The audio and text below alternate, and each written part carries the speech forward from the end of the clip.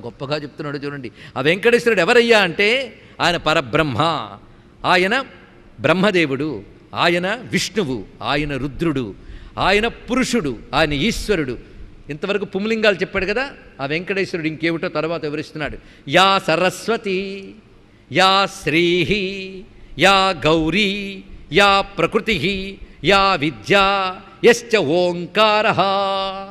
దీన్ని బట్టి వెంకటేశ్వర స్వరూపం ఎటువంటిదో అర్థం చేసుకోవాలి. బ్రహ్మ విష్ణు శివాత్మకుడతను, ఆయనే లక్ష్మి, ఆయనే సరస్వతి, ఆయనే గౌరీ, ఆయన ప్రకృతి స్వరూపుడు, ఆయన విద్యాస్వరూపుడు, ఆయన ఓంకార స్వరూపుడు. అంతేకాదు వేదా సాంగాస్త శాఖా,